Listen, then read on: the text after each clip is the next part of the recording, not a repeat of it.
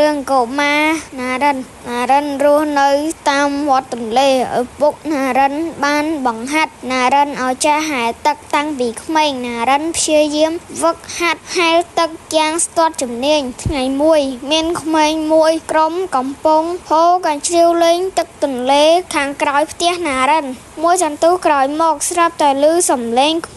មេងស្រែកជួយផង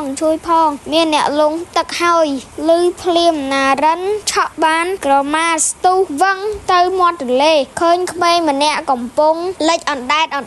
ណារិនលោតចុះក្នុងទឹកហែលទៅជិតកុមារនោះរួចបោះក្រមាឲ្យតោងណារិនហែលអូសរហូតដល់ច្រាំងទើបស្រង់អ្នកលង់ទឹកឡើងលើគោកអ្នកនៅទីនោះនាំគ្នាជួយសង្គ្រោះអ្នកលង់ទឹកផុតពីគ្រោះថ្នាក់អ្នកភូមិសរសើរណារិនគ្រប់គ្នា